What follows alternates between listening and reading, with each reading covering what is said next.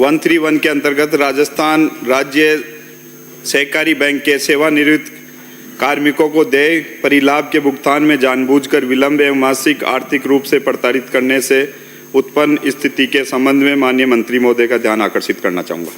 माननीय मंत्री जी।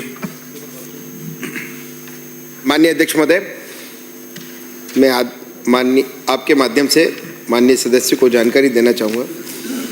सरकारी बैंकों के कर्मचारी अधिकारियों हेतु 16वें वेतन समझौते की स्वीकृति वित्त विभाग द्वारा दिनांक 1/10/2023 को जारी की गई थी। वित्त विभाग द्वारा जारी स्वीकृति के बिंदु संख्या 12 में कार्मिकों के उपार्जित अवकाश के नकदीकरण के संबंध में नियमानुसार प्रावधान किया गया था।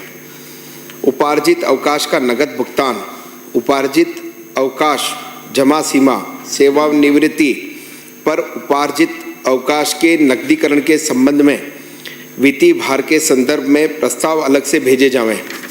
उक्त क्रम में प्रस्ताव प्रशासनिक विभाग के माध्यम से वित्त विभाग को दिनांक 30/8/2024 को भिजवाए गए। वित्त विभाग द्वारा प्रशासनिक विभाग के माध्यम से दिनांक 4/12/2024 को उक्त प्रस्ताव के क्रम में बैंकों द्वारा जीवन बीमा या अन्य संस्था से पॉलिसी लिए जाने के पर्याप्त प्रावधान किए जाने संबंधी सूचना चाही गई, जिनका प्रत्युत्तर दिनांक 23/12/2024 को प्रशासनिक विभाग के माध्यम से वित्त विभाग को भिजवाया गया।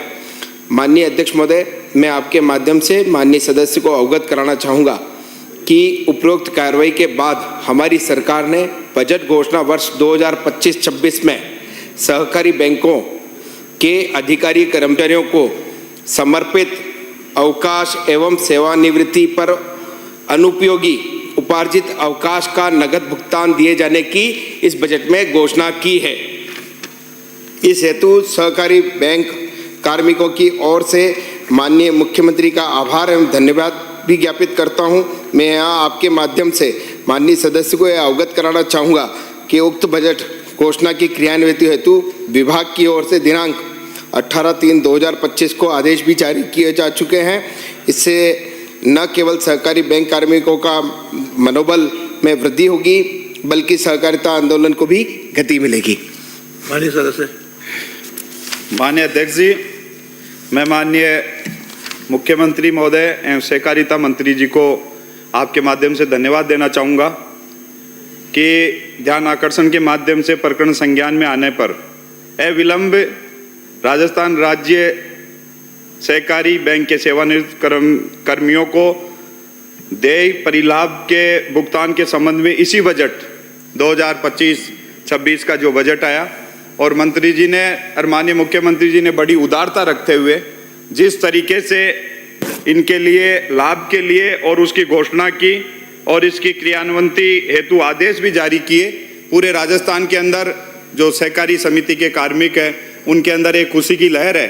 और जो अभी माननीय मंत्री महोदय ने जिस तरीके की बात यहाँ पे की कि जिस तरीके से पूरे राजस्थान के अंदर सहकारिता के माध्यम से जो काम हुए हैं वो राजस्थान की जनता से छिपे हुए नहीं है। राज्य कर्मचारियों के हितों के लिए यह सरकार अति संवेदनशील है। इस बात का यह भी स्पष्ट संदेश इस मामले के अंदर माननीय मंत्री महोदय द्वारा दिया गया कि राज्य की सरकार ने आने वाले समय के अंदर जिस तरीके के काम करना चाह रही है, जैसा मैसेज पूरे राजस्थान के अंदर देना चाह रही है, उसके लिए मैं मंत्री महोदय का, माननीय मुख्यमंत्री जी का धन्यवाद देना चाहूँगा। मगर मेरा माननीय मंत्री महोदय से एक दो सुझाव है माननीय अध्यक्ष जी कि आने वाले समय के अंदर इनको और सुगम किया जाए, क्योंकि जिस तरीके से पूर्ववर्ती सरकार ने कर्मचारियों के इस प्रकरण को उलझा के रखा और समय समय के ऊपर केवल उनको उलझाने के सिवाय और केवल मीठा प्रलोभन देने के सिवाय कुछ नहीं किया।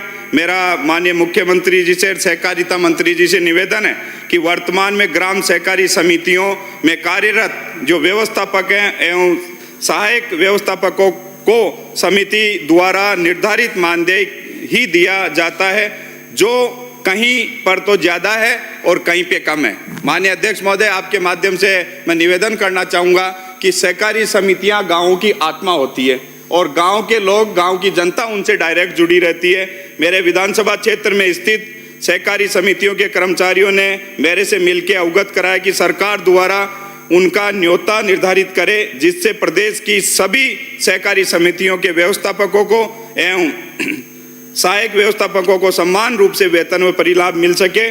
मैं सरकार को धन्यवाद देना चाहूँगा कि भजनलाल सरकार प्रदेश के प्रत्येक व्यक्ति के हितों की रक्षा के लिए संकल्पबद्ध है और इसके लिए आने वाले समय के अंदर अच्छा कार्य कर रही है। बहुत बहुत धन्यवाद मंत्री जी। कुछ कहेंगे? हो गया वैसे तो। जो भी माननीय अध्यक्ष महोदय, मैं आपके माध्यम से माननीय सदस्य को जो भी सदस्य द्वारा जो भी सुझाव दिए हैं उनका हम परीक्षण करा करके जो भी समुचित कार्रवाई होगी उनको करने का प्रयास करेंगे। श्री भागचंद टाकड़ा।